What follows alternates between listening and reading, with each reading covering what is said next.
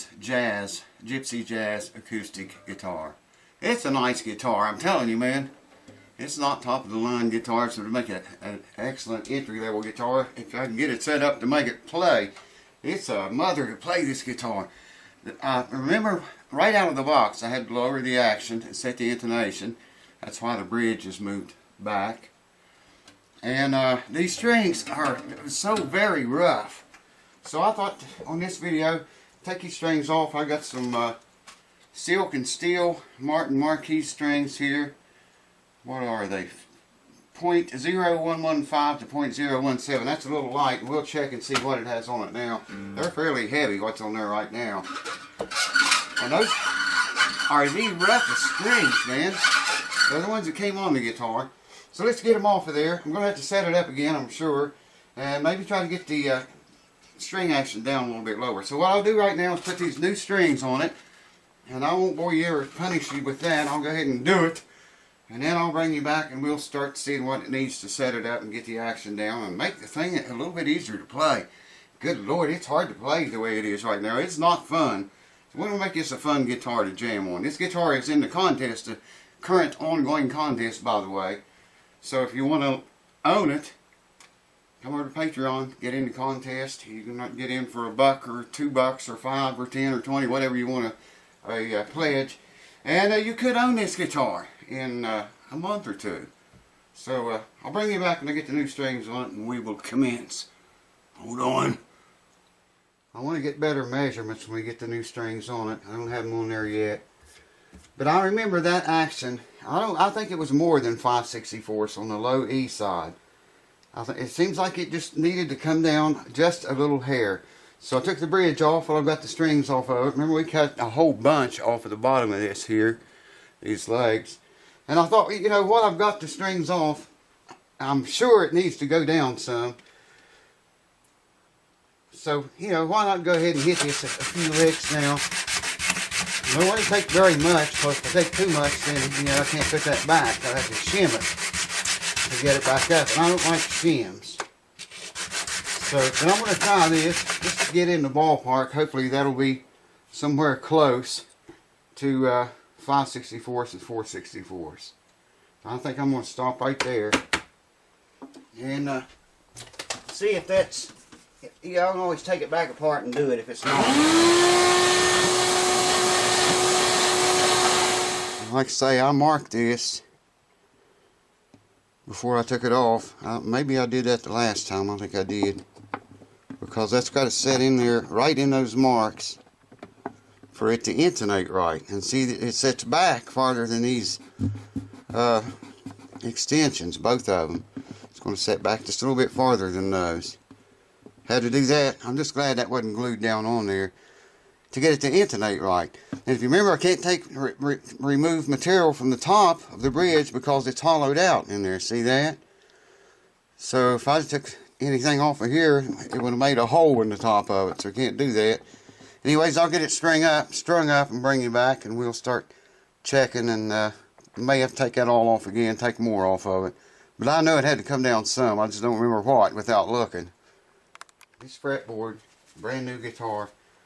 Yeah, I would say it's safe to say this fretboard has never been oiled. So I figure, you know, might as well do it.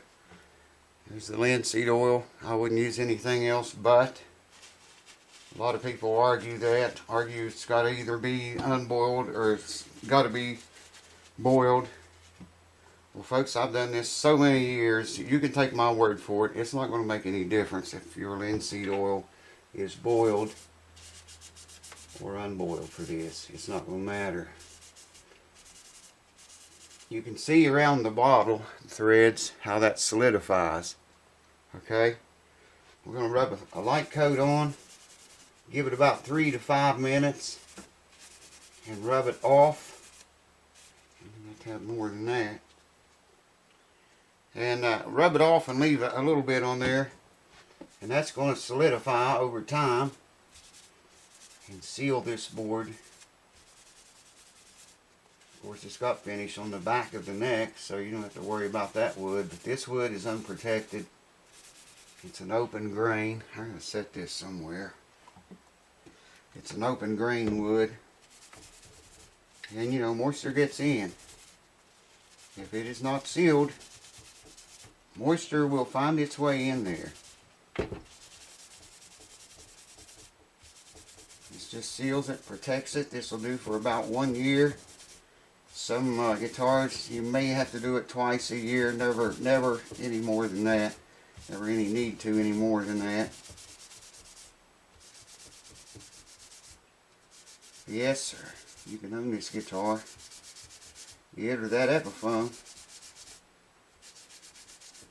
I've always wanted a guitar like this, but you know, I haven't played this guitar any. Of course, like I said, it was not a fun guitar to play.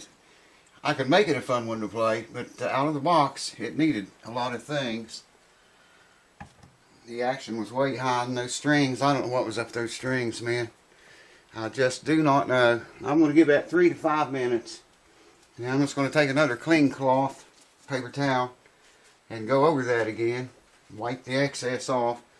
And like I say, that will solidify. That board will suck that up. I can see it sucking it into the grain. And it'll solidify, and the board will be sealed. And you won't have to worry about it for at least a year. Be protected. Hold on. Just at a glance, look how much nicer that looks. And it's not even set up good yet, solidified good yet. But look how much more beautiful the fretboard is. And if I would go to those frets and polish them all, it would look even nicer than that. I'm not going to. I shouldn't have to. I am going to wipe them down. But I shouldn't have to do anything to the frets. It's a brand new guitar.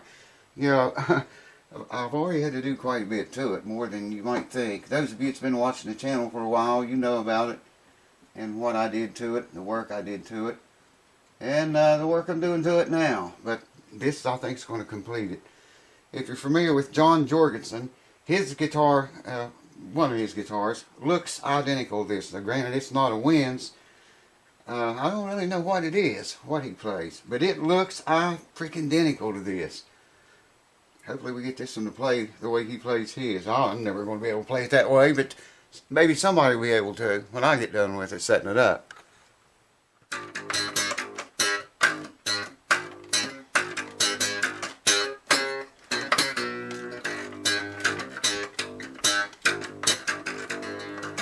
Every time I put on a new set of strings, I've told this 100 times, man, or more than that. Hold the guitar down, tune it up to pitch, come up here about the 12th fret, that's the middle of your scale, and yank on them strings pretty good. Now, you could break the lighter gauge strings by doing this, but yank on them pretty good, man. Just about the middle of the scale. Do that a couple of times. I'm going to go over them one more here.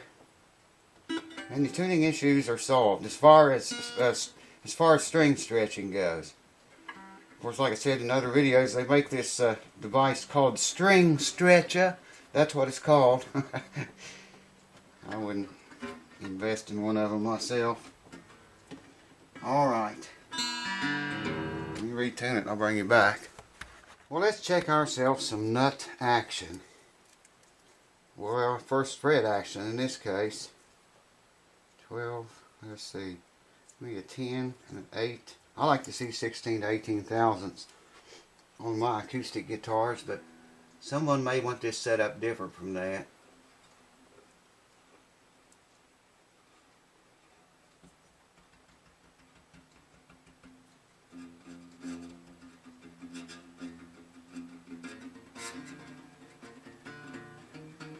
Ooh, that's just barely is touching those strings, man. What did I say this was, 18? Yeah. Same there. I'm going to show you something with these strings in a minute. The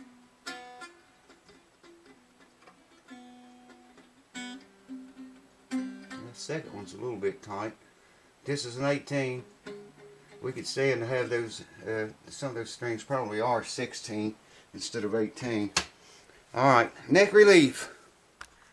Generally, I like to set a neck relief on my acoustics, and most people I set them up for this way seems to like it, at 12 thousandths. In my electric guitars, I like to see 10 thousandths. I saw a 12 here. There we go. So come back here about the 17th fret. Yeah, I gotta get down here where I can see this. Okay, it's a 12. Yeah. Check that out, man. It's just skimming. That's what it is. 12 thousandths. Thought that's what I'd set it on before. Figured with this difference, yeah, it's a little bit tight there. Figured with this different string gauge, it would change. Yeah, not as much stress on the neck, not as much neck relief. I remember that 12 right here being very loose. You can hear it, and I can feel it just grazing that string. And this side over here was 12. Right now it's a little bit less than that because less stress. Hear that? Less stress because we put lighter strings on it. If it don't buzz, I'm going to leave it there. Alright, string auction next. Now this is what we're going to talk about. Let me get you up here where you can see what's going on. Now I gotta get over here in the light so I can see this, so you'll have to excuse me there. Cut me a little bit of slack. So high E string at the 12th fret is 4/64. I can't remember what it was. I'd have to look on that other video. And the low E is 5/64. So that's about where I wanted it to land at. Now I could get that a lot lower than that. But we better test it first and make sure it doesn't buzz. Like a hippie from the 70s and 60s. 4/64. Dead on the money, 5/64. Let's check the intonation on it now. I'm just going to video a couple strings on this, and then I'll go ahead and check the rest of it off camera. Here's the first string, open. Harmonic at 12th fret. Noted, 12th fret. That's pretty dang good. That's noted. Noted. Here's harmonic.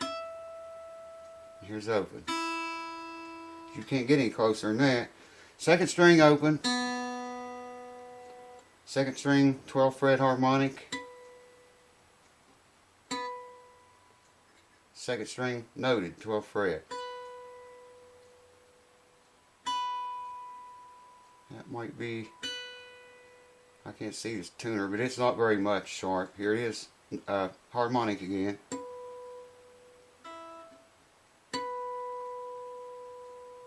And 12th fret.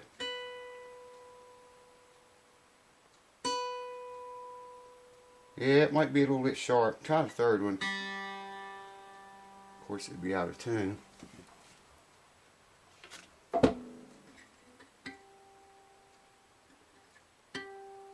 Okay, there's the third string, 12th fret harmonic, and noted, 12th fret. Yeah, it's good. I'll go ahead and check the other three strings to bring you back, and we'll see what this thing, how it's going to. I'm going to show you something else first. Hold on, then we'll listen to it. Now you can see clearly there how I had to set that bridge back to make it intonate right. See where I got it marked? Marked it on the front and the back and both sides. And it intonates perfectly, man. It's dead on the money, as you saw. What I wanted to show you was, check these strings. Take a close look at those strings. Brand new out of the pack. Silk and Steel, Martin what would I say it was? M4100s. Check that out. Right out of the pack. Granted, now here's the catch. A guy gave me these strings a very long time ago, and they was new. They hadn't been used. But look up here at this. Check that fourth string out. See what I'm saying? If I put the macro lens on, you would really be able to see that. Wow, it looks like I see part of the winding coming loose. I had to get the macro lens to see that. that fourth string, it did look like I saw some windings sticking up right in the center of your screen. I don't know if that's what that is. That might not feel good on the old fingers. Look at that. But like I say, God gave them to me. The unwound strings look pretty good. They still look, they're not rusted or anything. The farthest one's away from you. See, they're kind of shiny yet. But they must have been old when he got, well, yeah, they've been here. I've had them for a year. So maybe that's what silk and steel does if you don't use them within a year. I don't know. This is the first set I've ever had on one of my guitars. Let me get you in close on this if I can. Check that out, man. Those are nasty looking. I hope they're easier to slide on than those ones I took off of there. Wow. Well, let's listen to this bird sing.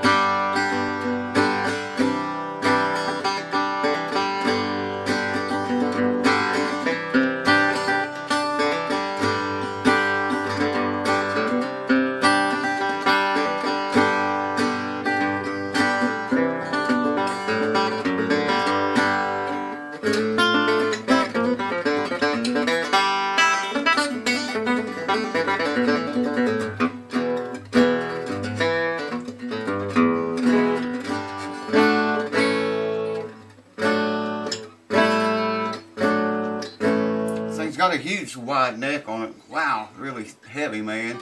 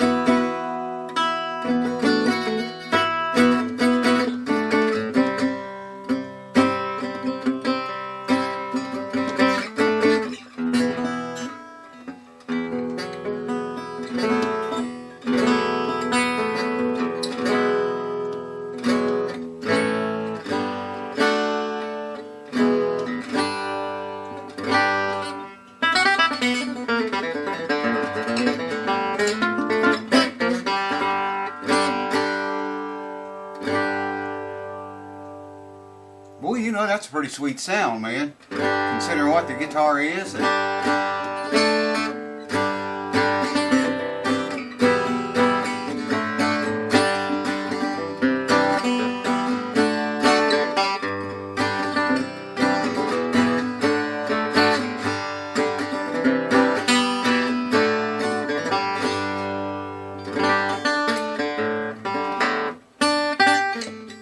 I can't play it, but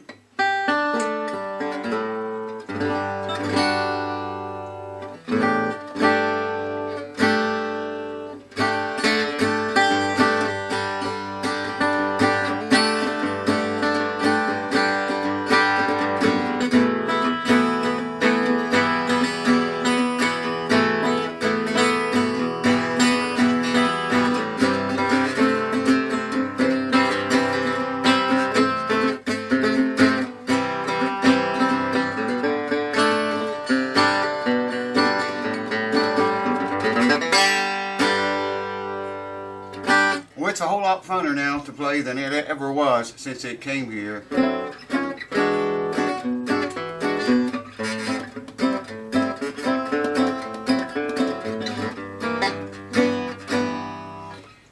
I think if I was going to keep it, I would set the action down a little bit lower than that, or even go with lighter strings. I was worried these strings might be too light. They're not.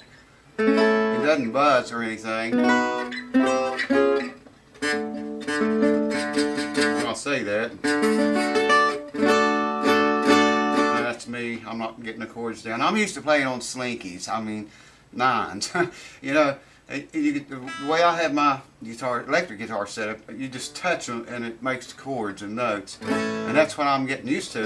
I catch myself wanting to do that on here, and with these bigger strings and higher action, it don't work.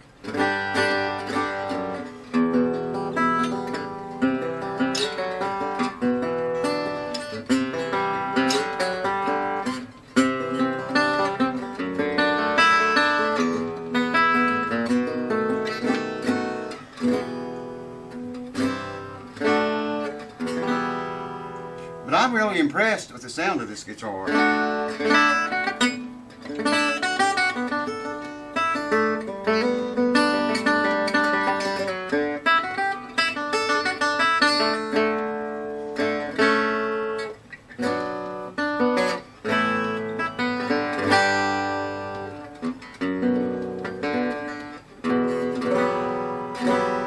Now my hands are so screwed up I can't hardly play anymore.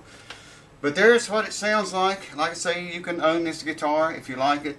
I can set it up different for you. If you like lighter gauge strings, the action's set lower. Check it out, man. The action's pretty dang low there where it is. See that? That's at the 12th fret right there. And